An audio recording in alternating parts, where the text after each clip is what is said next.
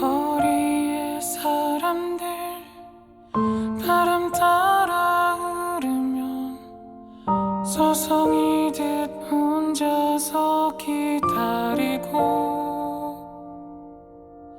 날 부르는 기억에 흔들리는 땅콩이 사람들 사라졌네. 난 속을 퍼져서 울 것 같아서 한참 눈 감고 잊혀져가는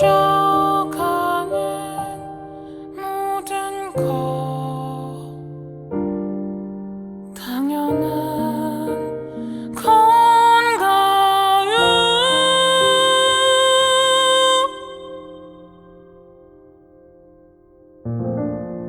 문학 라디오 헤이수의 문장의 소리. 네, 안녕하세요. 오늘은 문장의 소리가 한 해를 마감하고 새해를 맞이하며 첫 책 작가 특집을 준비했습니다. 부제를 달아봤는데요. 증쇠를 찍자 조심조심. 여러분의 새 책이 좋은 영향력을 많이 끼치기를 바라는 마음에서 이런 제목을 줘봤습니다. 저는 문장의 소리에서 진행을 맡고 있는 헤이수입니다. 올해 첫 책을 낸 새 작가분을 만나볼 텐데요. 시인 세 분을 모셨습니다. 김건영, 조미희, 박송희 시인님 반갑습니다. 어서 오십시오. 네, 네, 안녕하세요. 안녕하세요. 네, 안녕하세요. 저는 재택 독서가 김건영이라고 합니다. 네. 네, 안녕하세요. 저는 오지를 개척하다 오늘 하루 휴가 나온 조미입니다. 네, 좋습니다.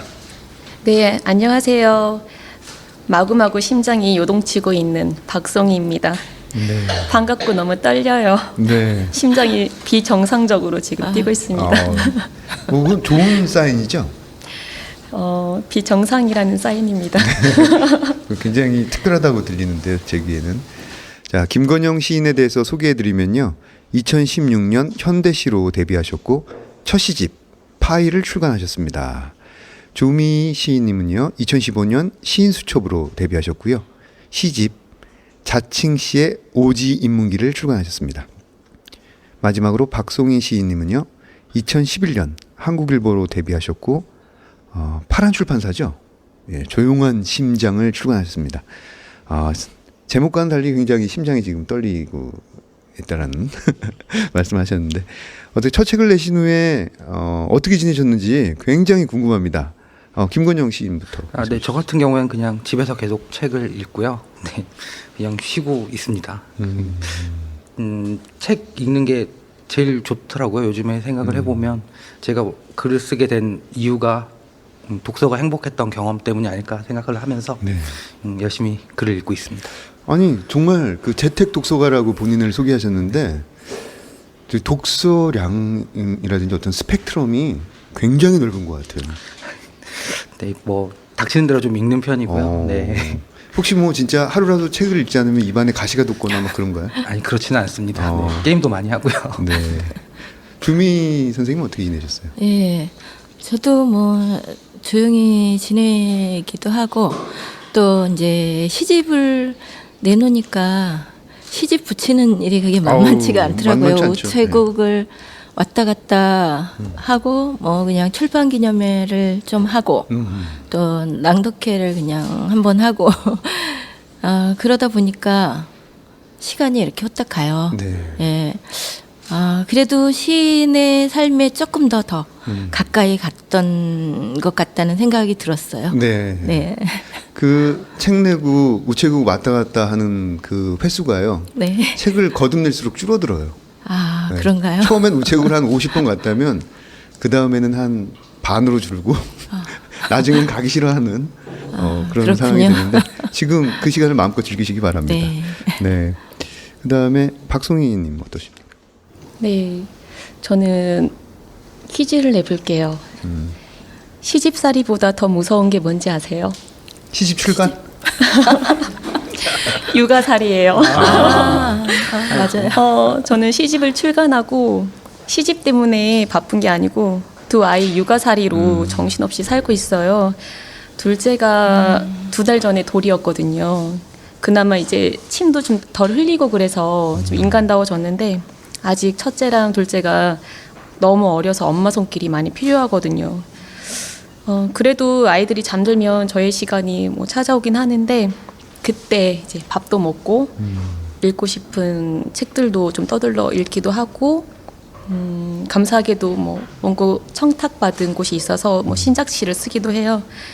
제가 첫 시집을 출간하고 이렇게 축하하고 격려해 주시는 분들이 많으셨는데 애 키우느라 이런 와중에 시집 냈다라고 애썼다고 그렇게 격려를 해주시더라고요. 인상 깊었던 통화가 하나 있는데 한 선생님이 제 시를 읽고서 아프고 슬프다면서 통곡을 하시는 거예요. 아이고야 내가 주책 맞다 미안하다 이러면서 끊으셨어요. 제 시가 누군가의 마음에 좀 흘러갔다라는 생각 때문에 네. 그 통곡이 어느 축하 인사보다 기쁘고 강렬하더라고요. 네. 네, 역대 출연자 중에서 근황을 가장 길게 말씀해 주시는 재밌었습니다. 김건영 시인의 파이부터 이야기를 나눠보도록 하겠습니다.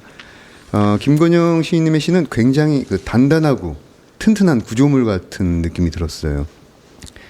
오늘 실제로 뵈니까 정말 단단한 구조물 같은 분이신데 다양한 관점, 그다음에 오랜 습작 기간이 있었을 거라는 짐작이 드는데요. 다른 두 시인님은 이 시집을 어떻게 읽으셨는지 좀 이 얘기를 듣고 싶습니다. 조미희님 어떻게 보셨어요? 네.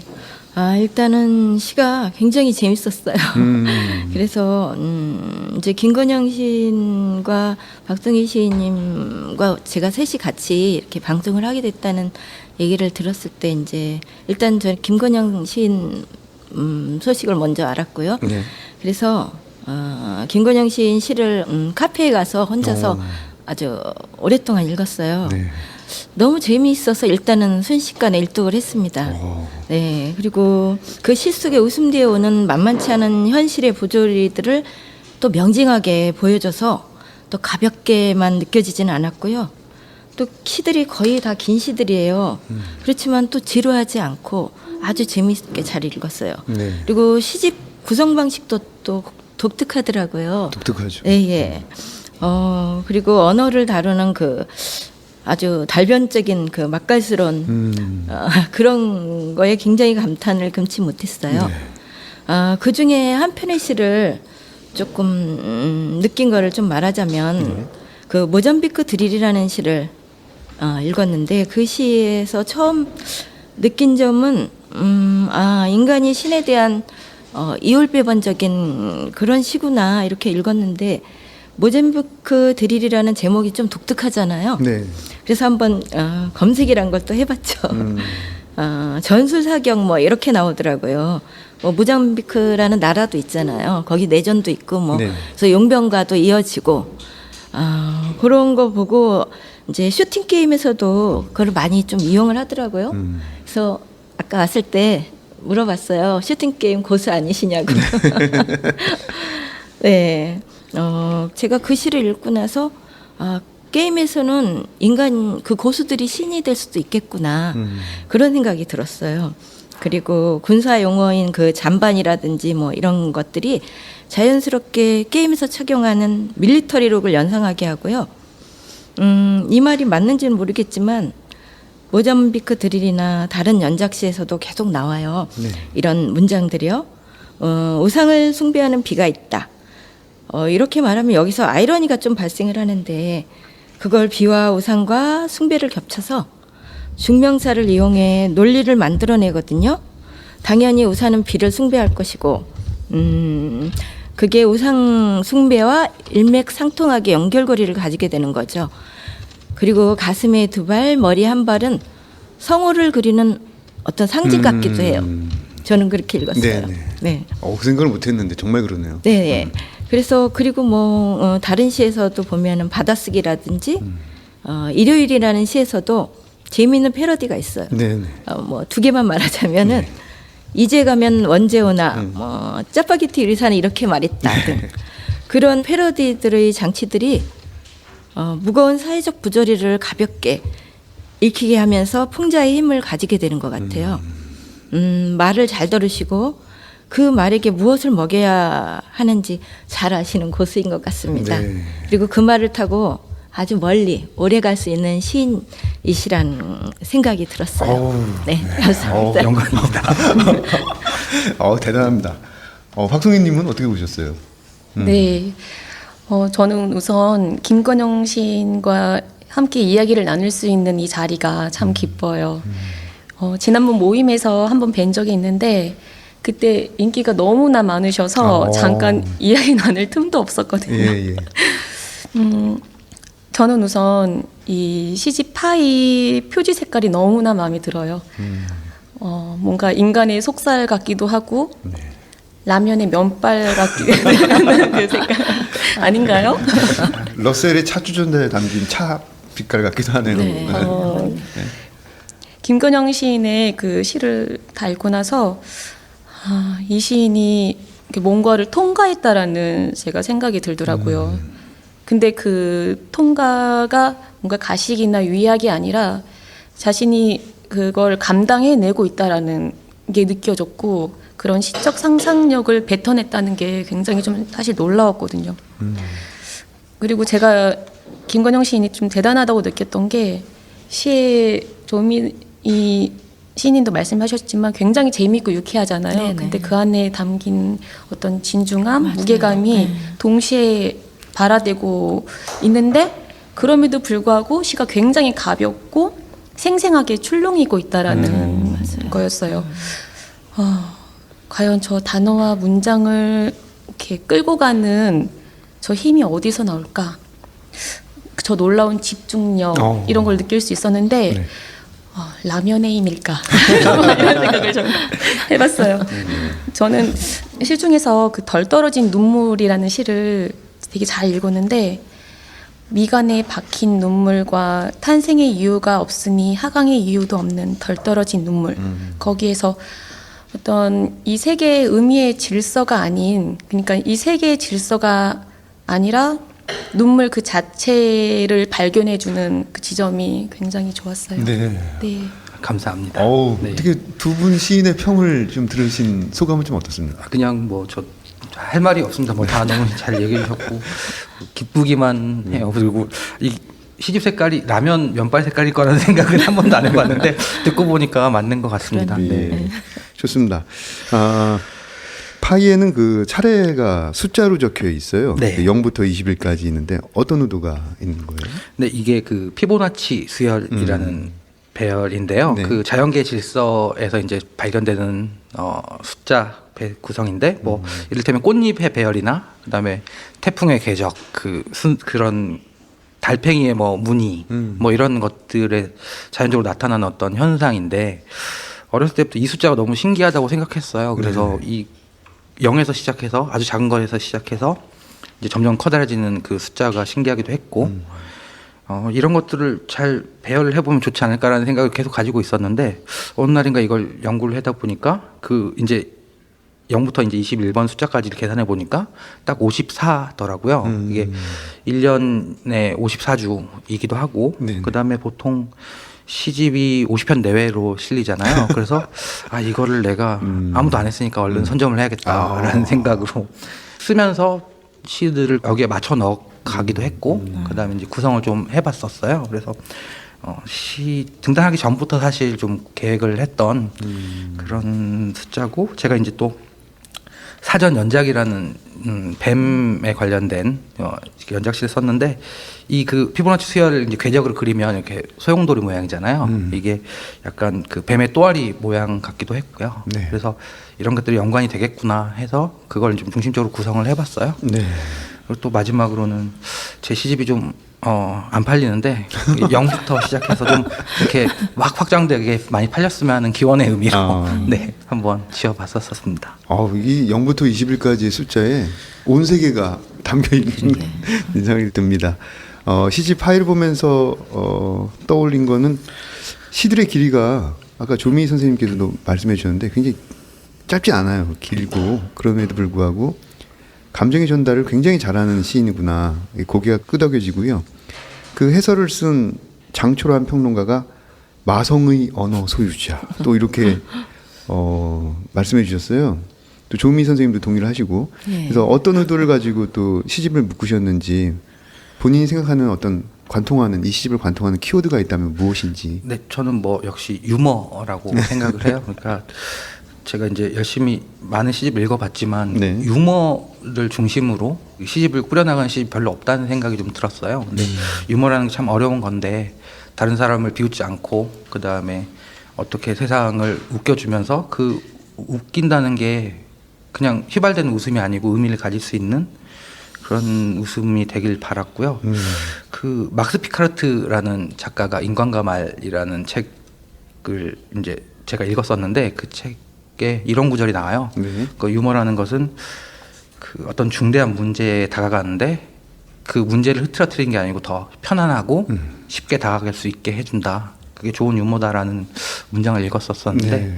그게 정말 되게 가슴에 와닿더라고요. 뭐 찰리 채플린도 생각나고 그래서 웃음이 그냥 사라지는 휘발되는 웃음이 아닌 좀 오래 남을 수 있는 웃음을 만들고 싶었습니다. 네. 그 산문시임에도 불구하고 끊기지 않고 그 본인이 창출해낸 어떤 리듬에 따라가게 되는 힘이 있는데 그 김건영 시인님의 시 작법을 좀 간결하게나마 좀 들려주실 수 있나요? 네, 저는 뭐 음악을 좀 많이 들어요. 근데 네. 좀 반복적인 리듬이 있는 음악을 많이 듣는 편이고요. 네. 이를테면 일렉트로니카나 뭐 재즈나 뭐 이런 것들을 좀 틀어놓고 그 다음에 촛불을 좀 켜놓는 경우가 많아요. 그 다음에 약간 어깨춤을 덩실덩실 거린다거나 그래서 이제 약간 리듬을 타면서 그 다음에 그러니까 머릿속을 약간 랩하듯이 하고 그 다음에 제가 요즘에 제일 중요하게 생각하는 건 사실 듀얼 모니터입니다. 그래서 모니터가 이렇게 컴퓨터 한 대 두 대를 연결해서 양쪽 창이 있어야 네, 좀 마음 편하게 시를 쓸 수가 있어요. 그래서 약간 산만한 듯 하면서 좀 제 나름대로 집중을 하는 방식으로 이제 시를 쓰고 있습니다. 지금 듀얼 모니터를 사용하고 계세요? 네네. 집에서. 확실히 좀 편하긴 편합니다. 네. 네, 전에는 그게 없어가지고 이렇게 데스크탑 모니터를 하나 틀어놓고 그다음에 조그만 랩탑 컴퓨터를 네. 켜놓고 이렇게 작업한 소설가들이 많이 있었거든요. 네. 좋습니다. 그럼 이번에는 조미 시인님의 시집 자칭 씨의 오지인문기에 대해서 이야기를 나눠보겠습니다. 해설에서 보니까는 그 조세희의 소설 세계를 계승한 면이 있다. 이런 평이 굉장히 좀 인상적이었는데요. 어떻게 조미 선생님은 이런 평에 대한 본인의 의견은 어떻습니까? 글쎄요, 이렇게 평해 주셔서 저도 조금 받아보고 깜짝 놀랐어요. 네네. 너무 큰 것 같고 일단은 뭐 그런 어떤 제가 쓰는 그 전체적인 시집의 그 맥락 속에 아무래도 현 시대에 사는 소시민들의 그런 얘기들이 많이 흐르고 있어요. 그래서 아마 그런 정신 세계에서 흐름이 그렇기 때문에 그렇게 한번 쓰셨지 않나 하고 그냥 순응하고 받아들입니다. 네. 그 일상에서 자주 우리가 마주치는 것들을 그냥 건너다 보지 않고 또 덤덤하게 관조하는 모습들도 굉장히 기억에 남았습니다. 박송희 시인님은 이 시를 어떻게 보셨습니까? 저는 우선 조미 시인의 표제시 그게 오지로의 인문이잖아요. 그거를 읽은 적이 있는데 그 시의 마지막 구절에 오늘부터 자칭에서 타칭이 된다라는 구절에서 뭔가 타칭하면서 뭔가 때리는 것 같고 그래서 제가 뭔가 얻어맞는 것 같은 그런 느낌이 들었어요. 우리는 이제 문명의 한복판에 서 있고 굉장히 거기에서 불안해 있잖아요.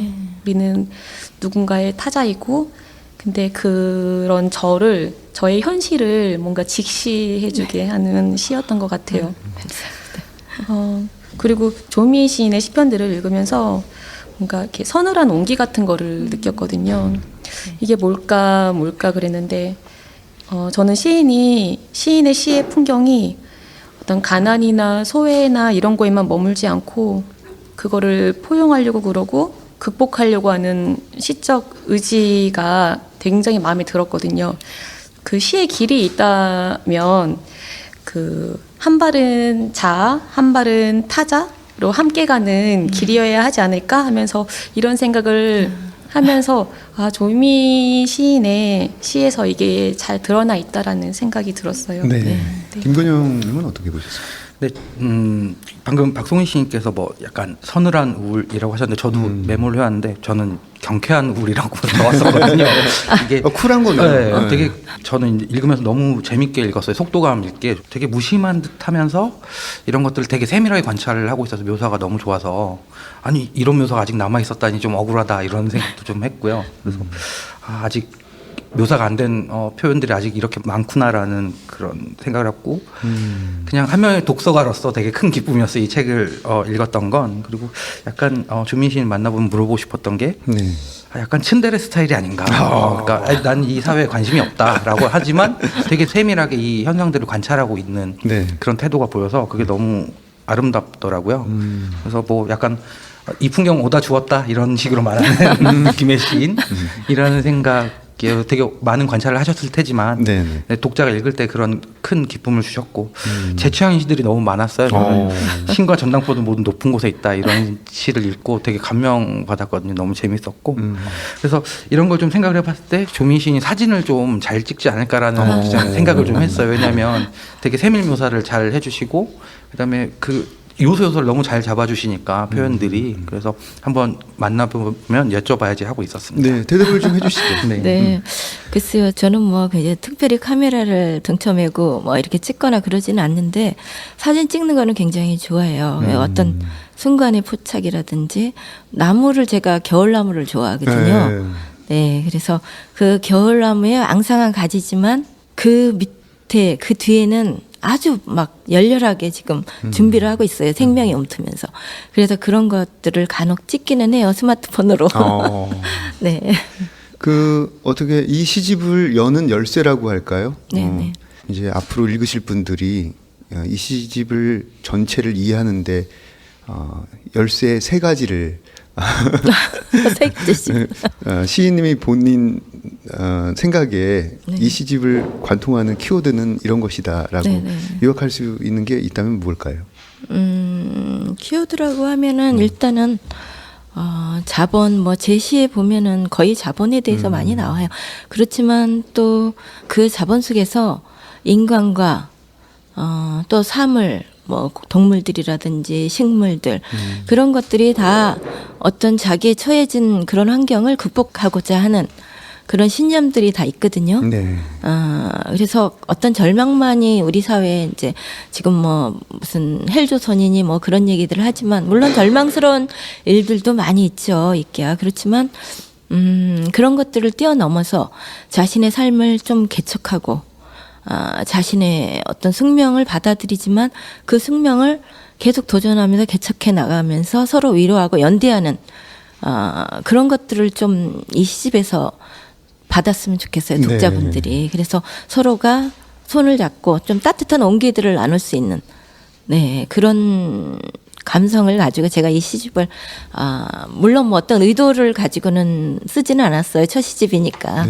그렇지만 그런 것들을 제가 시집을 다 내고 나서 다시 한번 이렇게 생각을 해보니 그런 것들이 많이 켜켜이 제 이 무의식 중에 많이 있었던 것 같아요. 그렇죠. 네네. 그래서 뭐 그런 따뜻한 연대, 그랬으면 좋겠습니다. 네. 네. 그 호박에 관한 명상이라든지 뭐 귀만 잘하는 남자, 물고기 등엔 가시가 있다, 동화의 딜레마, 어떤 이런 시들을 보면은 발상이 재미있고 독특한 것들이 많습니다. 네. 조미 시인님의 특별한 뭐 발상법이라든지 창작법이 있다면 어떤 것일까요? 네, 뭐 특별하게 창작법은 없지만 제가 조금 제가 시를 쓸 때 많이 생각을 해요. 물론 제가 시 쓰는 것들은 주로 제가 걸어 다니면서 또 일하면서 제가 일을 하는 사람이니까 일을 하면서 시간에 사실은 쫓기면서 그동안 많이 살아왔어요. 그렇지만 그 시간에 쫓기는 환경 속에서 제가 다니는 그 곳들, 우리 동네라든지 뭐 이 호박에 관한 명상도 제가 계속해서 걸어 다니면서 이웃에서 본 호박, 자라는 호박을 겨울 끝에서 보면서 쓴 거거든요. 그렇듯이 생각은 오래 하되 그 시 속에서 오래 있대 나중에 쓸 때는 사실은 순식간에 좀 쓰는 편이에요. 네. 네. 그래서 뭐 그런 작법을 사용하고 있습니다. 네. 가만히 응축해 있다가 순식간에 써내는 네네, 오랫동안 응축해 있다가 매만지시다가 순식간에 써내는 그런 스타일 좋습니다. 그럼 이번에는 박송희 시인님의 시집 조용한 심장에 대해서 이야기를 나눠보겠습니다. 시집 제목에서도 그렇지만은 이 시집을 좀 읽다 보면은 내가 지금 살아있구나 하는 이런 감각들을 좀 느끼게 되는데요. 김건영님은 어떻게 보셨습니까? 네, 우선 아까 뭐 제목 얘기도 나왔었는데 제목을 생각하면 생각할수록 너무 좋더라고요. 이 제목이 조용한 심장이라는 말이 어떤 것일까를 되게 많이 고민을 했었는데 심장 소리라는 게 어떤 자기가 막 화가 나거나 아프거나 하면 너무 막 크게 들릴 때도 있잖아요. 네. 그리고 시 안에서 어떤 약간 슬픔과 그 고통에 대한 비명도 많이 들리는데 이런 것들을 어떻게 부여잡고 이렇게 심장까지도 조용하다고 말하는 이 화자가 어떤 마음이었을까라는 생각을 하고 너무 재밌게 읽었고요. 그다음에 개인적으로 좀 질문하고 싶은 게 시집 중반부에 이제 계란하고 양계장 얘기가 많이 나오고 그다음에 그 어머니 얘기도 많이 이제 엮여서 나오고 그리고 이제 그 제가 좀 재밌게 읽었던 게 그 커터칼로 계란에 닭똥 긁어내는 얘기가 있더라고요. 그래서 이게 과연 어떤 것일까라는 생각을 했어요. 그래서 좀 뵈면 물어봐야겠다는 생각을 하고 있었고 아까 얘기를 하려다 깜빡했는데 그 조용한 심장 그 제가 이제 어렸을 때 그 고모 댁에 갔었는데 그 양계장 옆에 있었어요. 근데 이제 하우스가 있고 그 병아리들이 거기서 이제 부화장이었는지 되게 짹짹거리는 소리가 나더라고요. 그래서 찾아봤더니 구멍이 좀 있길래 봤는데 거기서 병아리들이 엄청나게 많은 병아리들이 짹짹거리고 있었거든요. 그 삐약, 광경이 삐약. 삐약삐약 삐약. 삐약삐약거리고 있었는데 네. 그게 이제 그 광경이 생각나더라고요. 이 시집과 겹치는 이미지가 그 작은 생명들이 그렇게 모여 있는 그 광경이 생각났었습니다. 네, 감사합니다. 네, 저는 박송희 시인님의 시집을 읽고 나서 그런 생각을 했어요. 조용한 심장. 아까 뭐 다 그거에 대해서는 말씀을 하셨으니까 제목에 저는 우주 골방에서 타자에게 보내는 연민 가득한 사랑의 메시지라고 하고 싶어요. 네. 예.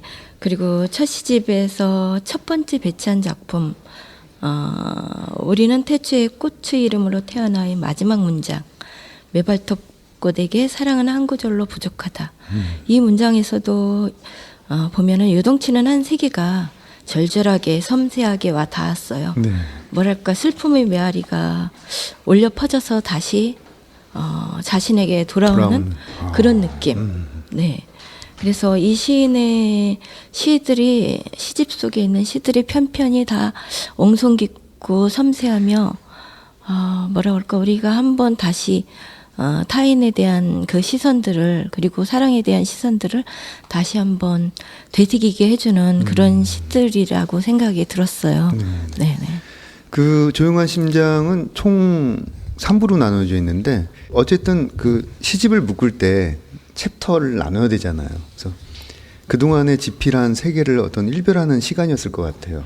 나눌 때 어떤 생각을 하셨어요? 제가 등단을 한 해가 2011년도이거든요. 근데 실은 그보다 훨씬 전부터 시를 습작을 해왔어요.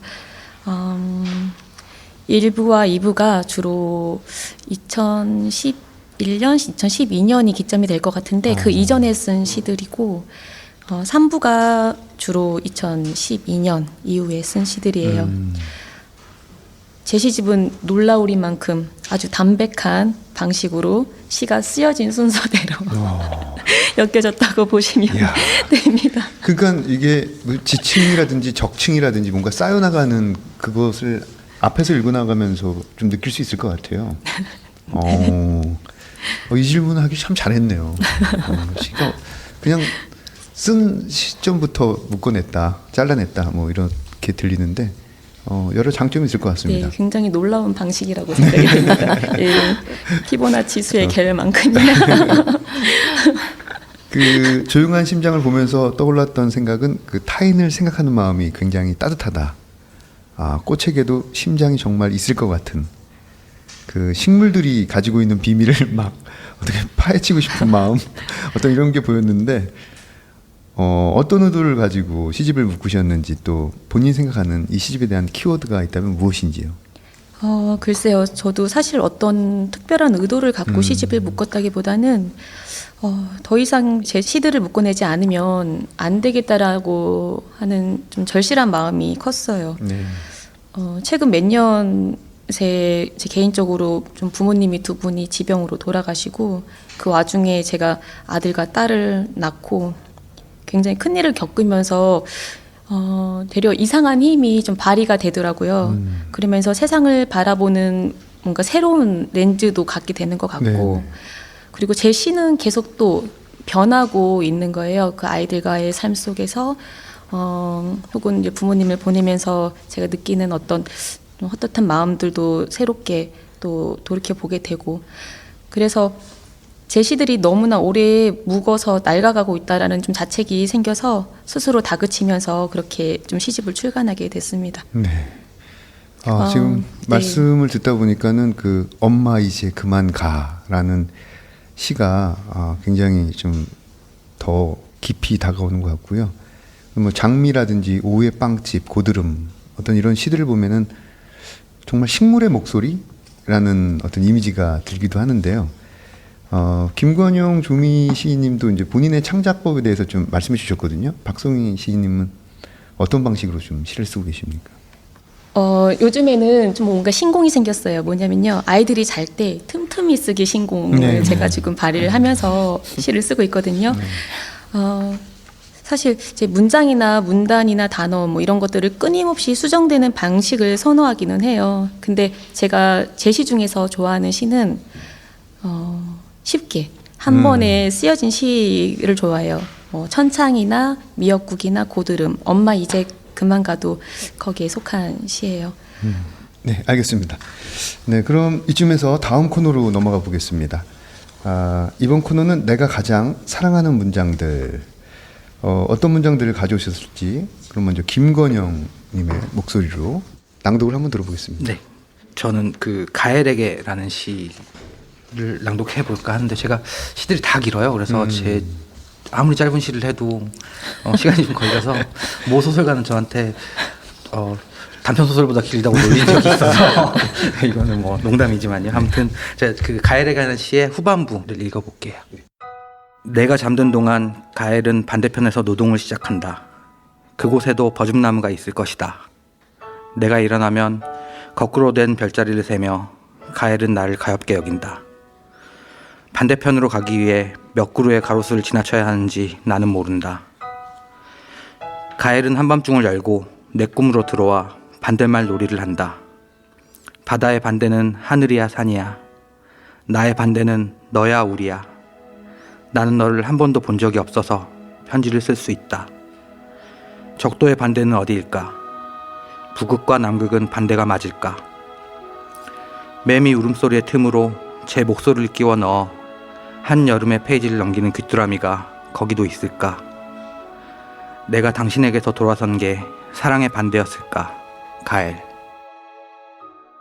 네, 읽어주신 부분에 대해서 좀 설명을 좀 해주시죠. 네, 우선 뭐 커피를 제가 되게 좋아하는데 그 커피를 먹을 때마다 아이들 생각이 나요. 제3세계 아이들의 노동력 착취 문제를 생각을 좀 했었고, 그래서 제가 이제 커피를 소비한다는 게 뭐 별로 뭐 아무 일 없는 게 아니고 되게 정의롭지 않은 일은 아닐까 하는 고민과 그런 생각을 하면서 그 아이를 생각하면서 쓴 시거든요. 뭐 거기에 이제 살짝 제 개인적인 옛사랑의 기억도 좀 끼워 넣기도 했고요. 그래서 반대라는 건 정확하지 않다. 그리고 나는 그렇게 선량한 사람은 아니다라는 생각으로 시를 썼었던 것 같습니다. 네, 그럼 이제는 조미희님의 낭송 들어보도록 하겠습니다. 네. 집이라는 역사. 여기에서 야만과 목매가 자랐다. 오른손으로 맞고 왼손을 키웠다. 우는 아기의 알몸을 닦고 가문이라는 외고집에 돌담을 쌓았다. 폭력은 목매와 야만의 다른 이름으로 방들을 들락거렸다. 그것들은 안에서 부딪히고 부서져 때때로 아름답게 빛났다. 이상한 일이었다. 울분도 때로는 동맹을 맺고 유려한 역사를 만든다. 이곳엔 슬픔과 환희의 미치광이 신이 살고 있었다.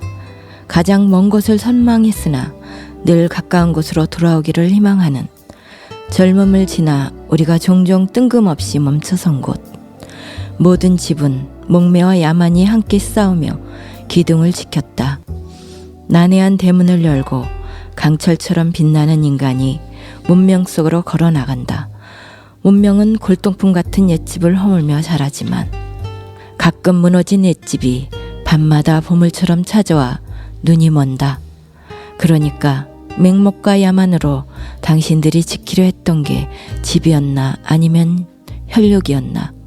우리는 간혹 쓸쓸함이 찾아올 때 그 집의 운치를 추억한다. 네. 아우, 낭송을 굉장히 잘하시네요. 네, 읽어주신 부분에 대해서 좀 네네. 간결히 얘기를 좀 더 듣고 싶어요. 일단은 시를 고르는데 좀 어려웠지만 이 제 시집에 있는 시들이 집에 대한 게 참 많아요. 방이나. 그래서 그냥 이 시집 시를 골랐는데 우리가 사실 집이 가장 우리가 살아가는 데 있어서 필요한 거고 또한 그 가족이라는 것들이 참 그 집이라는 곳에서 목매가 참 진짜 굉장히 많이 여러 가지 우매와 목매가 있어요. 근데 그렇죠. 그것을 가족들이 수용을 하면서 서로 살아가는 거죠. 그러면서 역사도 만들고 그런 의미에서 그냥 골랐습니다. 네, 좋습니다. 네. 박송희 시인님의 목소리를 한번 들어볼까요? 네. 네, 저는 최근에 제 첫째 아이가 제게 한 말을 저는 가지고 왔어요. 엄마 여기 보세요. 물속에 꽃이 있어요. 물속에 돌멩이가 있어요. 물속에 손이 들어가요. 물속에 물이 있어요. 엄마 여기 보세요. 비가 무너져요. 나무가 무너져요. 거미줄이 무너져요. 아니 사실은 시가 더 긴데 지금 시간 때문에 편집을 하신 것 같아요. 건너뛴 거 아니에요? 아이의 말 속에서 이제 시를 발견한 셈인가요? 네. 사실 이 시는 조금 더 보완하고 완성해서 이번 개간지 작가들이 발표한 신작 시인데요. 첫째가 4살인데 저보다 말을 훨씬 더 잘해요. 어느 날 아이랑 그 호수공원을 바라보고 있는데 아이가 저에게 정말 이런 말을 하더라고요. 엄마 여기 보세요 이러면서 엄마 물속에 꽃이 피어 있어요. 물속에 물이 있어요. 그러는데 와 어떻게 정말 저렇게 말을 할 수가 있지? 저는 살면서 물속에 물이 있다라는 거를 생각해 보지도 못했고 네. 또 말로 표현해 보지도 못했는데 아이가 그거를 해내고 있다라는 생각이 들고 정말 저도 아이처럼 아이의 마음으로 돌아가고 싶다라는 그 생각이 들었어요. 이제 제가 종종 너는 꿈이 뭐야? 그렇게 물어보면 나는 밥을 많이 먹는 사람이 될 거야. 이렇게 얘기를 해요. 그렇구나. 귀엽네. 네, 네 좋습니다. 어느덧 우리가 약속한 시간이 훌쩍 지났는데요. 문장의 소리 청취자분들께 마지막으로 인사 한마디씩 부탁드리겠습니다. 김건영님부터. 네, 들어주셔서 감사했고요. 저는 열심히 앞으로도 이상한 소리로 웃기면서 그 다음에 좀 의미 있는 시가 되는 문장들을 발견해 나가고 살도록 하겠습니다. 감사합니다. 네, 조미희님. 네, 2019년 끝자락에 이런 귀한 자리에 초대되어서 정말 기쁘고 감사해요. 네. 그리고 해수 작가님과 박송희 시인님, 김건영 시인님 만나 함께 한 이 시간이 기쁘고 또 의미 있게 기억될 것 같아요. 네. 그리고 내년에도 열심히 시 쓰겠고요. 독자님들의 열렬한 응원이 필요하고 시 많이 사랑해 주시고 시집도 많이 사주셨으면 좋겠습니다. 시만 써서 밥 먹고 살 수 있는 세상을 감히 꿈꿔봅니다. 네. 모든 분들 내년에는 더 행복하시면 좋겠고 네. 건강하시길 바랍니다. 감사합니다. 네, 박송희님. 네, 제가 첫 시집에서는 뭔가 삶을 견디는 시를 썼다면 이제 다음 차기작에서는 삶을 끌어안는 시를 좀 묶어내고 싶어요. 우직하게 살아있는 시인으로 남고 싶습니다. 네. 귀한 시간 함께 해주셔서 감사합니다. 네. 올해 첫 책을 출간한 첫 책 작가 특집 중세를 찍자 조심조심. 김건영님의 파이, 조미희님의 자칭 씨의 오지 인문기, 박송희님의 조용한 심장, 청취자 여러분의 많은 관심을 부탁드립니다. 저는 지금까지 헤이수였습니다. 그럼 감사합니다. 감사합니다.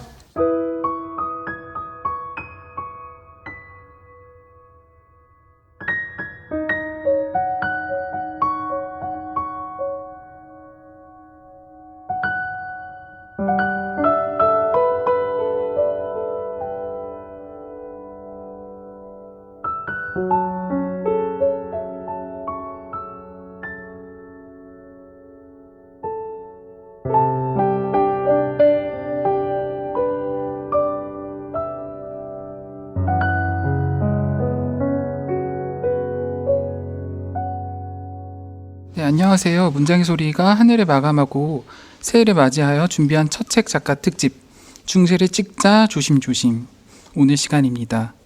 네, 저는 문장의 소리에서 구성을 맡고 있는 정현입니다. 헤이수 DJ님 대신에 이 자리에 앉았고요. 오늘은 올해 첫 책을 낸 세 분과 함께 만나볼 텐데요. 시인 세 분을 모셨습니다. 박세미, 조율, 조혜주 시인 반갑습니다. 안녕하세요. 네, 먼저 조율 시인님부터 네, 소개를 부탁드리겠습니다. 네, 뭐 직유법이나 은유로 표현하면 더 좋겠다고 되어 있는데, 피아노 조율입니다. 네. 그리고 제가 이게 조율이라는 이름이 사실은 필명이에요. 그런데 이제 한자 뜻을 이름처럼 장명을 제가 셀프로 해서 원래 조윤희라는 이름이에요. 제가 원래 본명이. 근데 조윤희의 모서리의 사랑으로 해서 시인이 계셔서 그래서 좀 더 뭔가 다른 이름이 없을까 싶어서 그래서 네. 한자 뜻으로는 바다에 가까운 말이라고 찾아는 봤는데 한자 뜻을 쓸 일이 없으니까 네, 잘 어울리시는 것 같습니다. 그러면 조혜주 시인님은? 저는 튼튼한 조혜주입니다. 몸이 튼튼한가요? 네, 몸도 튼튼해요. 건강 검진 했는데 정상 중에 정상도 이제 위험군이 있고 또 정말 정상 중에 정상군이 있는데 저는 정상 중에도 되게 정상. 아니, 저번에 저랑 첫 책 이제 인터뷰 할 때 전화로 그때 막 검은콩 이야기를 했었잖아요. 네. 그때 되게 풍성하신데 머리가? 그치. 이게 몸은 건강한데요. 이제 몸 위로 그 정수리 쪽에서 많이 빠지고 있다가 요즘에는 그래도 자라는 속도가 더 빨라지고 네. 있네요. 네, 아름답습니다. 뭐가요? 네, 다음으로는 세미 시인님 네, 소개를 부탁드리겠습니다. 네, 저는 적당한 비유를 찾지 못해가지고 평범하게 그냥 시 쓰는 박세미입니다. 네, 박세미 시인에 대해서 짧게 소개를 드리자면요. 2014년 서울신문으로 데뷔를 하셨고 첫 시집 내가 날 확률을 출간하셨습니다. 조율 시인은 2013년도 한라일보로 데뷔를 하셨고요. 시집 우산은 오는데 비는 없고를 출간하셨고 그리고 마지막 조혜주 시인은 2019년 아침달에서 우리 다른 이야기 하자 시집을 출간하시면서 데뷔랑 동시에 하셨습니다. 자, 첫 책을 내신 후에 굉장히 바쁘셨을 것 같은데요. 어떻게 지내셨는지 근황을 여쭤보겠습니다. 조율 시인님부터. 저는 첫 책 내고 나서는 거의 저 검색하고 시집 나왔으니까 어떤 반응이 있나 이런 것들 보고 그리고 주변 사람들한테 이제 시집을 냈는데 읽었나 안 읽었나 특히 가까운 사람들 읽었나 안 읽었나 그런 거 되게 궁금해했고 그리고 첫 책 나올 때쯤에도 이사를 했고 그다음에 이사를 하다 보니까 또 여러 가지 또 책을 또 정리를 어쩔 수 없이 해야 되는 또 일들이 생겨서 참 안타깝지만 제 시집만 또 조금 더 다른 책들보다 많이 있어서 또 한 공간에다가 다시 또 집어넣고 네, 그렇게 지내고 낭독회 조금 해야 된다고 해서 하고 네 그렇게 지냈습니다. 아, 네, 그렇습니다. 감사합니다. 그리고 조혜주 시인님은 어떻게 지내셨을까요? 저는 시집이 1월 그 마지막 날에 나왔는데요. 그날이 제 퇴사일이기도 했어서 퇴사하자마자 이제 아침달로 가서 시집 실물을 처음 봤던 기억이 나는데요. 그러니까 회사를 그만두고 시집이 나오고 그리고 또 동시에 대학원도 입학하게 되어서 지금은 이제 시도 계속 쓰고요. 대학원 다니면서 공부하고 있습니다. 회사를 그만두면서 어떤 전환점이 됐네요. 그렇죠. 동시에 공교롭게 좀 많이 뭔가 바뀔 만한 변화들이 있었던 것 같아요. 다음으로 박세미 씨님은 어떻게 지내셨습니까? 저는 책이 나오기 전과 후가 별로 달라지진 않았어요. 그냥 회사 다니는 거는 이제 똑같고 시 쓰는 것도 똑같고 네, 똑같이 지냈어요. 지금 어느 회사에 다니고 계시나요? 제가 건축 전문 잡지 기자여가지고요. 스페이스라는 잡지 기자로 일하고 있습니다. 네. 그럼 박세미 시인의 내가 날 확률부터 이야기를 해볼 텐데요. 박세미 시인의 시집을 보면서 감정 표출을 굉장히 절제한다는 느낌을 받았어요. 그 세미 시인님은 건축학과 출신이어서 그런지 어떤 불안정한 공간을 만들고 그 공간에 서서 단면들을 세세하게 들여다보는 느낌이었거든요. 그래서 다른 두 시인님은 어떻게 읽으셨는지 궁금합니다. 먼저 조혜주 시인님부터. 저는 좀 시집을 읽고 뭔가 화자가 다정한 사람이라는 그런 막연한 생각이 들었던 게요. 그러니까 시집 제목에서도 확률이라는 단어가 나오고 시집 전반적으로도 좀 정확하게 이야기하려고 하는 느낌이 있는데도 불구하고 좀 다정하고 포근한 그런 느낌이 들었던 거는 제가 요즘에 사람을 보는 그런 시선이 좀 바뀌어서 그런 것도 있는데요. 요즘에는 친절하게 말하는 사람이 친절한 게 아니라 좀 정확하게 말하는 사람이 친절하고 좀 따뜻한 사람이라는 그런 생각이 들더라고요. 그래서 좀 제가 평소에 생각했던 어떤 그런 것들과 시집을 읽을 때의 느낌이 좀 맞닿아서 굉장히 좀 다정한 느낌을 좀 전반적으로는 받았고, 특히 이제 그 시인님의 그 시집에 들어가 있는 시 중에 알이라는 시가 좀 저는 되게 인상 깊었거든요. 특히 그 욕조 이미지가 되게 선명하게 머릿속에 남더라고요. 그 제목인 알과 함께 그 욕조 이미지가 되게 묘하게 겹쳐지면서 그런 게 내가 내 안으로 파고드는 그런 느낌이 그 욕조라는 사물이랑 바로 이렇게 접점을 만들어내면서 저한테 되게 선명하게 좀 각인이 되었던 시였던 것 같아요. 네, 조율 시인님은 어떻게 읽으셨나요? 저는 이거 읽으면서 약간 위축된 존재의 이렇게 소소한 여행 같았다라는 생각이 들었어요. 약간 그러면서 그 윈피키드 아시죠?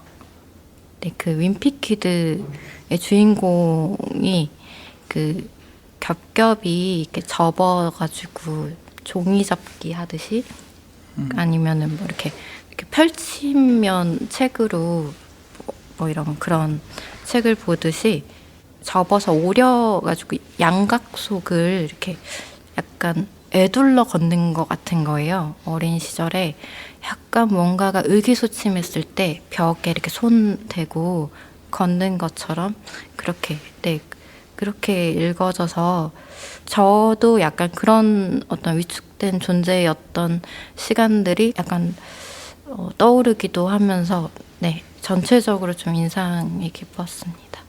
두 분 이야기를 들어봤는데 어떻게 생각하시나요? 얘기를 들어보니까. 잘 읽어주신 것 같아요. 네. 내가 날 확률은 4부로 구성되어 있는데 네. 이 구성을 어떻게 또 어떤 기준으로 어떻게 배열을 하는 건지 궁금하거든요. 일단 제가 첫 시집이기도 하고 이제 제가 시를 쓰기 시작하면서 일종의 그 내면에 대한 관찰 같은 것들이 좀 많았어요.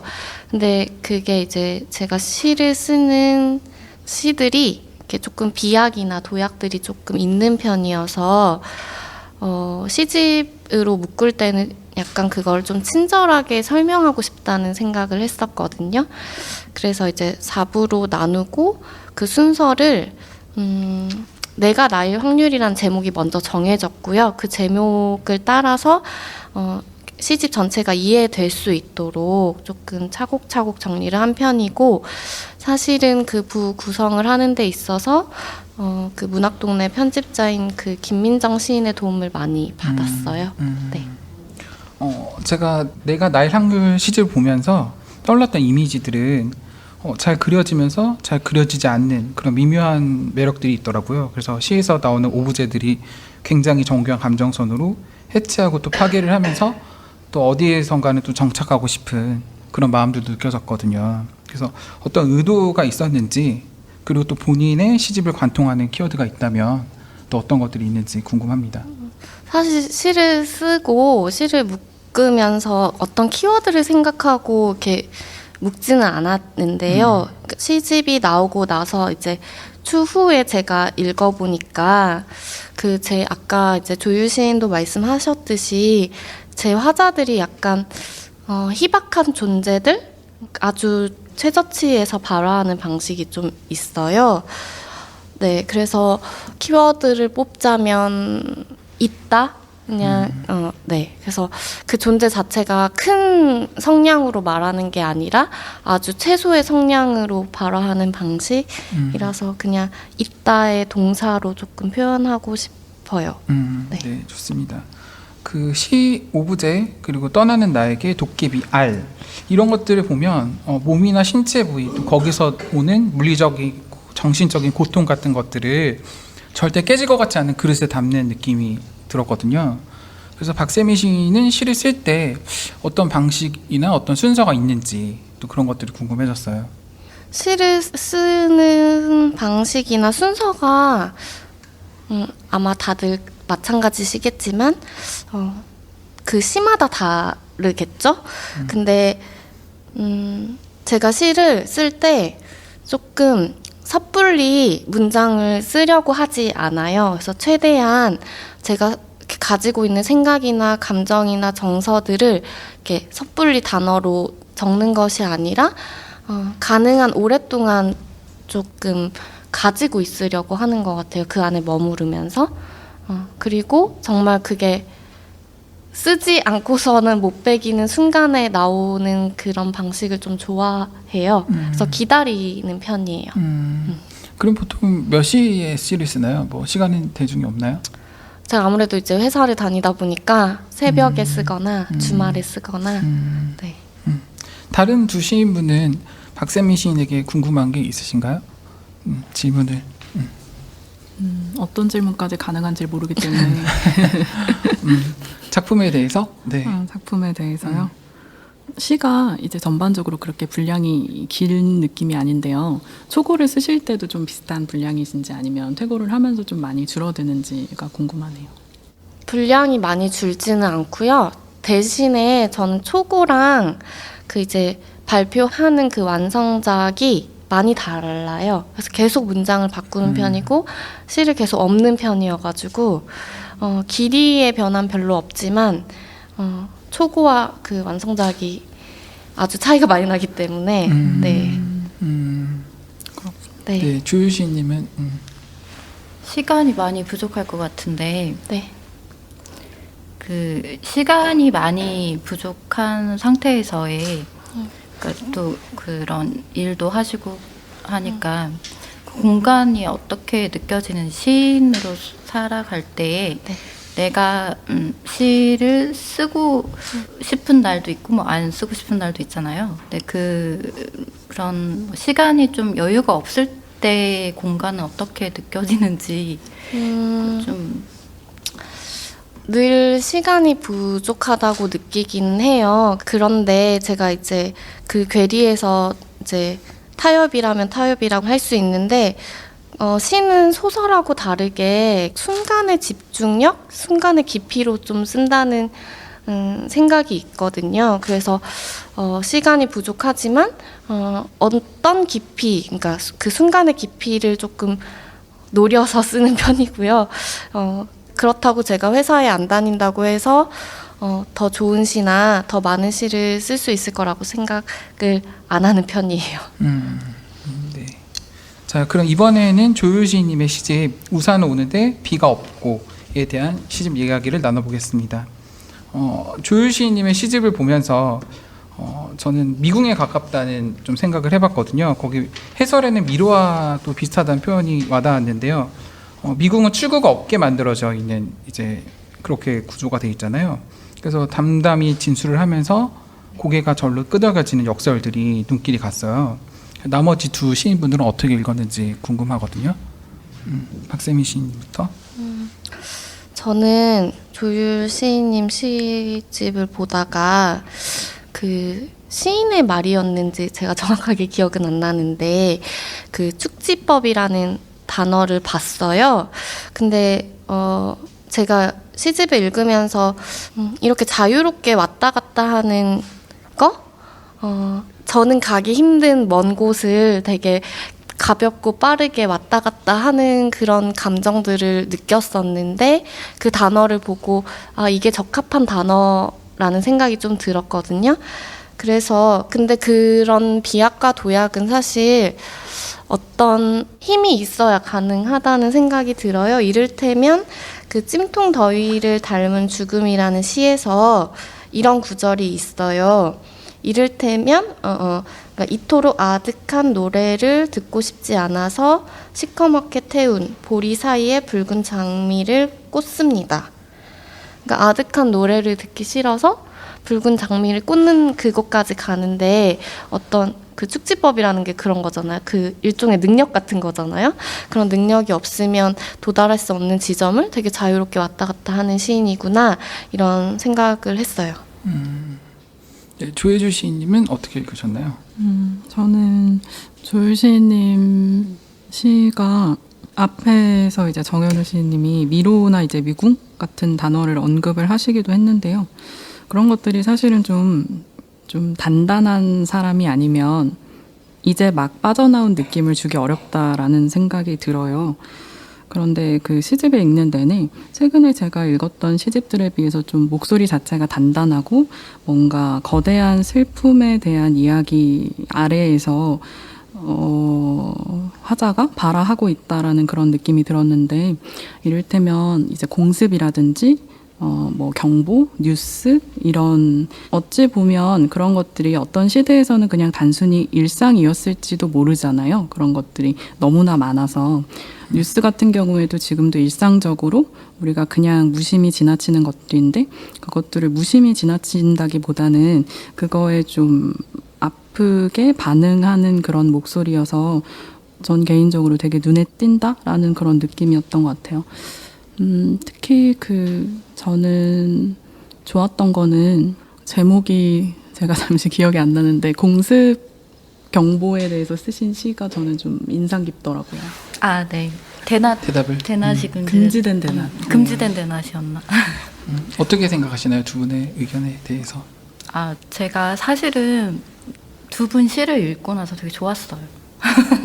그래서 되게 뭐라고 해야 되지? 빨리 만나보고 싶다는 생각이 들어가지고 네, 그리고 저도 사실 제가 그렇게 나이가 많지도 적지도 않은 나이라고 생각을 하는데 또 이제 기준점이 달라지다 보니까 나도 이제 다시 성장해 나가는 그런 시기다 보니까 되게 그런 거에 대한 생각을 많이 하다 보니까 좋더라고요. 그래서 제 또 시를 이렇게 읽고 그런 부분에 대해서 좀 공감을 해주셨다는 거에 대해서도 뭔가 친구가 생긴 것 같고 네, 되게 좋습니다. 그 우산은 오는데 비는 없고 시집에서 2부로 구성이 돼 있어요. 이렇게 두 개로 나눈 이유가 있을까요? 그러니까 2부로 구성한 이유를 저도 사실은 그냥 제가 이렇게 이 시들이 어울리고 그 다음에 이 시들이 어울려라고 했는데 이렇게 질문을 해주셔서 다시 한번 좀 생각을 해봤어요. 근데 나의 그 존재로서의 공간하고 그 밖을 이야기하고 싶었어요. 그리고 그 내 존재의 색을 입혀가는 존재. 그러니까 예를 들어서 어머니 그 등 속에 그 무의식의 공간 같은 것이 있지 않을까, 있다는 것을 내가 알고 있나라는 것과 그런 것의 중요성 등을 좀 생각하면서 가깝지만 아득한 서로의 거리에서 알아가게 되는 그런 뭐 순간들이 있는 것 같아요. 네, 그것을 좀 기쁨이라고 하기에는 이건 표현이 조금 어려운 것 같아서 네, 이렇게 좀 표현을 많이 하는 게 좋지 않을까라는 생각이 들어요. 시집을 보면서 제가 떠올랐던 생각은 개별적인 슬픔으로 시작해서 공동체의 슬픔까지 어루만지고 있다는 생각을 해봤는데요. 우산 오는데 비는 없고, 이 시집 보면서 어떤 비가 계속 오는데도 그 거친 세계 속에서도 묵묵히 자신의 길을 걸어가고 있는 느낌, 약간 그런 폭풍 속에서도 되게 걷고 있는 느낌, 그런 느낌 받았거든요. 그래서 어떤 의도를 가지고 있었는지, 또 본인이 생각하는 키워드가 있는지. 네, 좀 그렇게 얘기를 하니까 조금 더 힘이 나는 것 같고, 그 시 속의 화자들이 사실 저하고 굉장히 닮아 있는 화자이지만 또 저일 수도 있고 아닐 수도 있는 것이잖아요. 그렇다고 나다라고 하기도 그렇고 아니다라고 하기도 그런 그 닮은 점이 어떻게 보면 공간하고 또 삶이랑 존재가 아닌가라는 생각이 듭니다. 그 시 기타의 아이나 뭐 적도, 오팔지 바다, 뭐 찜통더위를 닮은 죽음, 아까 조혜주 시인이 얘기했던 뭐 그런 시들을 보면 이렇게 조율이 되게 잘 돼 있는 시다. 딱 이렇게 저는 그렇게 이미지를 받았거든요. 그래서 조율이라는 이미지랑 본인의 이름도 너무 잘 어울리는 것 같은데, 조율 시인의 시를 쓰는 방식도 순서가 궁금해졌어요. 네, 제가 시를 쓸 때 맨 처음에 시를 쓸 때를 한번 생각을 해봤는데 머릿속에 이렇게 뭔가 무거운 그 꽃등에 그 벌같이 생긴 거 있잖아요. 그게 이렇게 앉은 것 같은 그런 느낌이 들었어요. 그리고 그 노트에 그거를 옮겨 적으면서 약간 그런 기분들이 조금 덜어지는 느낌이 있었고, 그 다음에는 이제 내가 표현할 수 있는 단어들이 생각보다 많지 않구나라는 거를 알게 되면서 그 우리말 사전을 좀 자주 본 것 같아요. 그래서 그 우리말 사전에 되게 신기한 말들이 많더라고요. 근데 이제 내가 알았던 말인데 이게 나는 사투리인 줄 알았는데 있는 말이네 뭐 이런 것들도 많았고, 그래서 우리말 사전에 단어가 왜 이렇게 많지? 라고 생각을 하면서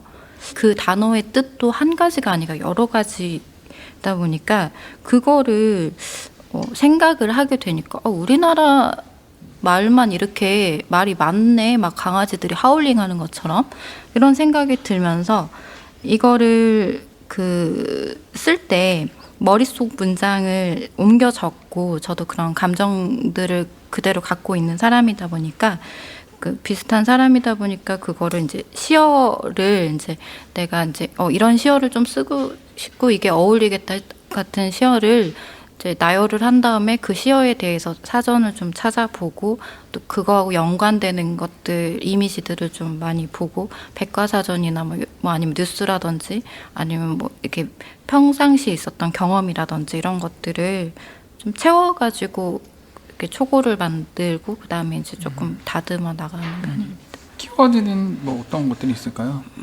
키워드는 이제 공간이었어요. 제가 사실은 공간을 그때도 그때 이제 공간을 찾아보는데 공간에 대해서 이야기를 하고 있더라고요, 제가. 그래서 중간에 이제 시를 조금 뭐 쓰면서 추리다 보니까 공간이 아무것도 없는 빈 곳이고, 그다음에 물리적으로, 심리적으로 널리 뭐 퍼져 있는 범위, 뭐 영역이나 세계, 이것만 있는 줄 알았더니 또 되게 많더라고요. 그래서 빈 곳이라는 것, 그러니까 어렸을 때 우리 뭐 어디 한 켠에 있다 뭐 이런 얘기 하잖아요. 근데 그게 잘못된 표현이라고 하더라고요. 근데 저는 그렇게 생각을 했는데, 근데 그런 거에 대해서 좀 내가 혼자 있고 내가 홀로 이 방을 켜고 있다? 그렇게 생각을 하면은 뭔가 좀 이상하기는 하지만 또 나의 어떤 그런 어떤 생각들이라든지 공간에 대해서, 내 존재에 대해서 생각을 하게 되는 것 같아요. 내가 육신으로 태어나서 다시 육신으로 돌아가고 하는 것들의 생각. 네. 다른 두 시인분들은 조효신에게 질문이 있다면 어떤 것들이 궁금하신가요? 저는 되게 어려운 질문인데요. 네. 일상에서 어떤 순간에 좀 시를 쓰고 싶다? 아니면 저건 좀 어떤 문장이 될 수도 있겠다? 그런 발상을 어떤 부분에서 하시는지가 좀 궁금하네요. 사실은 이제 맨 처음에는 그러니까 사람마다 좀 순간순간이 다 다르잖아요. 그러다 보니까 좀 감정이 조금 격해져 있을 때 저는 본격적으로 시를 썼는데 그때는 사람이 안 보이고 사물들이 되게 많이 보이더라고요. 그래서 사물의 양태에 되게 관심을 많이 갖고 그리고 그 사물들을 보면서 그거에 대해서 내가 그 사물에다가 어떤 다른 객관화를 시킨 다른 것들을 이렇게 집어넣어서 뭔가 문장을 만들고 이렇게 해서 뭐 전체적인 은유를 한다거나 이렇게 하다가 최근 들어서는 음악을 조금 많이 듣고 음악을 듣거나 아니면 그게 일상화가 되어 간다는 느낌이 들었어요. 제가 첫 시집을 냈는데도 이상하게 그러니까 시를 쓰는 사람, 그러니까 다른 것도 그렇지만 시를 쓰고 있다 보니까 시를 쓰는 사람인가? 라는 생각이 들더라고요. 그래서 그런 생각이 들면서 아무래도 저는 지금 그러니까 직장을 따로 나가지 않고 그 직장을 좀 다니다가 좀 많이 실패를 했어요. 그러다 보니까 실패도 하고 또 아무래도 뭐 저도 좀 아버지가 조금 많이 일찍 부재였고 그리고 또 그렇다 보니까 또 어머니하고도 좀 떨어져 지내다 보니까 그런 것들 여러 가지 좀 실패를 해가면서 사실 시를 쓰는 게 그렇게 즐겁지만은 않은데 그래도 그냥 시를 쓰고 나면 정말 라면 하나 끓여 먹는 정도의 어떤 에너지가 빠져가면서 약간 객관화가 되는 것 같은 그런 게 있어요. 근데 물론 제가 그거를 제 감정을 이제 그 음악이나 뭐 TV 프로그램도 보고 책도 보고 뭐 여러 가지 또 옆에 있는 사람들하고의 있던 그 감정을 좀 많이 좀 빌려 오려고 하죠. 네. 박세미 시인은 질문이 있으시다면? 저는 제목이 재미있는 것 같아요. 그래서 제목을 어떻게 짓게 되셨는지.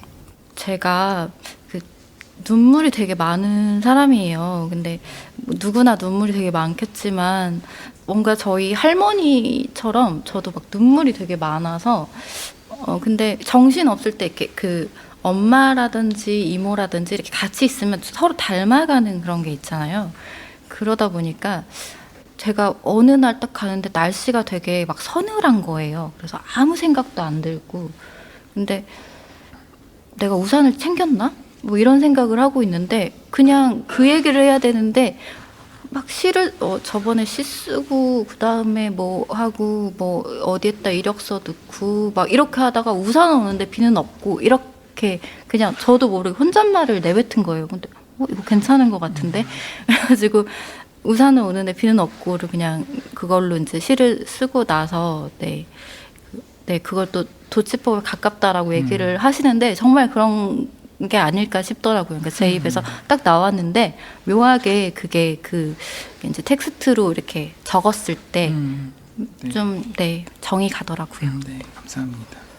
그럼 이번에는 조혜주 시인님의 시집 우리 다른 이야기 하자에 대한 이야기를 나눠볼 텐데요. 제가 보면서 특별한 수사 없이 또 언어의 기술 없이도 이렇게 사람의 마음 움직일 수 있게 하는구나. 그리고 감정이 과잉되지 않고 일상의 순간들을 균형 있게 담은 시들을 보면서 조혜주 시인만이 할 수 있는 시다. 뭐 이렇게 제가 생각을 했어요. 나머지 두 분은 어떻게 시를 읽으셨는지 궁금합니다. 박세미 시인님부터. 저는 사실 조혜주 시인의 시집 그 제목 있잖아요. 우리 다른 이야기 하자라는 제목이 정말 다 말해주고 있다고 생각해요. 그럼에도 불구하고 굳이 얘기를 하자면 저는 그 조혜주 시인의 시를 읽으면서 문장이 가지는 그러니까 말이라는 게 그렇잖아요. 발화되기 이전에는 없는 거고 발화되고 나서 그 다음에 상황이나 어떤 변화가 있잖아요. 그것을 되게 잘 보여주는 시집이라는 생각이 들었어요. 그래서 되게 일상적인 언어 같지만 아주 조금이라도 다른 말, 다른 이야기를 할 때 우리는 다른 표정을 지을 수 있고 다른 감정을 가질 수 있다라는 거를 그 조혜주 시인의 시를 읽으면서 배웠던 것 같고 지금의 말이 이렇게 뭔가 미래를 생성하는 그런 느낌을 좀 받았어요. 그래서 되게 좋게 읽었던 시집이었습니다. 네. 조효 시인님은 어떻게 읽으셨나요? 저는 태어나서 이렇게 처음 놓여진 공간에서 자신을 이렇게 구축해 나가면서 그 프레임에 속해가는 과정이 느껴졌어요. 네. 그러니까 박세미 시인하고 조혜주 시인 두 시인이 뭔가 이어지는 듯한 느낌을 되게 받았거든요. 그래서 제가 오래전에 그 기억했던 어떤 추억이라든지 이런 것들이 건조돼 가지고 뭔가 이렇게 딱 어디 액자 같은데 딱 들어가 있는 것 같은 그런 객관화를 할 수 있게끔 하는 게 조금 있었어요. 네. 두 분의 얘기를 들어봤는데 네, 어떠신가요? 어떤 생각 드시나요? 기분이 좋아요. 네, 웃음이 나네요. 박세미 시인이랑 뭐 구면이신가요? 아니면 아니 다 초면입니다. 아, 초면인가요? 네, 작가님 빼고 다 초면입니다. 네, 우리 다른 이야기 하자는 이게 부를 보면은 나눠 있지가 않아요. 굳이 부를 나누지 않는 이유가 있다면 불을 나눴어도 참 좋았겠다라는 생각이 드는데요. 굳이 불을 나눠야겠다는 생각을 미처 못 해가지고 그런 것도 있고요. 그리고 좀 잘 몰라서 사실은 그냥 한 호흡으로 읽혔으면 좋겠다라는 그런 생각을 했던 것 같아요. 그래서 시와 시 사이의 연결이 조금 되는 듯 안 되는 듯, 그러니까 안 되는 듯 싶어도 그것 또한 연결이잖아요. 그런 식으로 좀 이어지는 느낌이었으면 좋겠다 그런 생각을 했던 것 같습니다. 우리 다른 이야기 하자 시를 보면서 시들을 그냥 봤을 때는 되게 쉽게 쓰여졌다 이렇게 생각할 수도 있지만 더 자세히 읽어보면 또 행간마다 또 다면적으로 오는 의미들을 이렇게 생각해 보게 되더라고요. 그래서 절대 쉽게 쓰지 않으시구나 그런 느낌인데 그래서 어떤 의도를 가지고 있었는지 또 본인이 생각하는 키워드는 어떤 건지 네, 질문 드려봅니다. 그러니까 첫 시집을 쓴 기간이라는 게 사실은 뭐 어찌 보면 뭐 첫 시집 계약을 하고 쓴 기간일 수도 있지만 사실은 훨씬 더 오래전부터 시작을 한 거나 다름이 없잖아요. 첫 시집 같은 경우에는 습작했던 기간까지도 준비 기간이라고 친다면 기간이 아주 넓을 것인데 저 같은 경우에는 습작을 하는 내내 뭐 지금도 습작을 하고 있지만 그 되게 오랫동안 키워드가 저는 저 하나였거든요. 그러니까 나라는 그 주어 말고는 사실 그 시 안에 그라든지 뭐 다른 사람이 등장하지 않았어요. 너라든지. 그러니까 오로지 저는 저에 대해서만 시를 썼었는데 이제 시집을 그 내기 한 전에 한 1년 전부터 한 작년부터 좀 타인에 대한 생각을 전보다 조금 더 많이 하게 되고 나밖에 없었던 제 시라는 공간에 그 타인이 이제 막 들어온 그런 시기였던 것 같아요. 마침. 그러니까 그거는 저의 의도는 아니었고 그냥 어쩌다 보니까 그렇게 된 듯한 느낌이 드네요. 그래서 첫 시집에 대한 키워드는 나일 뻔했지만 나와 타인이 되었어요. 시 일행이나 또 참석, 단골, 익선동 이런 거 보면 이제 시인들의 시들을 보면 혜주 시인님의 이야기가 수도 100% 담겨져 있는 것 같은 느낌. 정말 실제로 이런 일이 있었나? 약간 그렇게 질문을 해보고 싶었거든요. 네. 그 질문 하나 또 드리고 그리고 시 쓸 때 방식 또 순서 이거 좀 대답 좀 부탁드리겠습니다. 그러니까 이 시에 나오는 공간들 같은 경우에는 제가 실제로 갔던 공간들은 맞고요. 근데 이제 있었던 일도 있고 전혀 없었던 일을 이제 그냥 시에서 쓴 것도 있는데요. 단골 같은 경우에는 실제 그냥 저의 이야기인 것 같아요. 이거는 이렇게 얘기하고 싶지 않지만 왜냐하면 별로 멋있지 않기 때문에 그렇지만 저는 좀 단골에 대해서 그렇게 좀 쑥스러워하는 것 같기도 하고요. 그게 제가 어렸을 때 고등학교 때 슈퍼를 되게 매일 갔거든요. 과자를 좋아해서. 네. 네, 매일 과자를 사러 갔더니 그 슈퍼 주인분이 이제 저를 어느 순간 기억하더니 또 왔네 뭐 이런 식으로 얘기하셔가지고 되게 상처를 받았던 기억이 있어요. 그래서 단골이 그렇게 따뜻한 것만은 아니구나. 좀 차갑더라고요. 그래서 단골이라는 그 단어가 저한테는 뭐 농담처럼 이야기했지만 그렇게 좋은 기억이 아니고 또 어쩔 때는 좀 이렇게 갑자기 훅 들어오는 듯한 느낌이 좀 이렇게 난처할 때도 있고 그런 이상한 느낌을 좀 실어 써보고 싶다. 아이스크림을 집은 건 아니에요? 아이스크림은 사탕 그 막 예나 섞는 거. 지금이나 좀 별로 안 좋아요. 이가 시려가지고. 그러면은 지금 단골집은 어딘가요? 지금은 이제 커피를 집에서 내려 먹기 때문에 카페를 딱히 단골은 없고 그래도 스타벅스는 어플이 있어서 자주 가는 것 같아요. 시 쓰는 방식도 네 질문 드렸었는데요.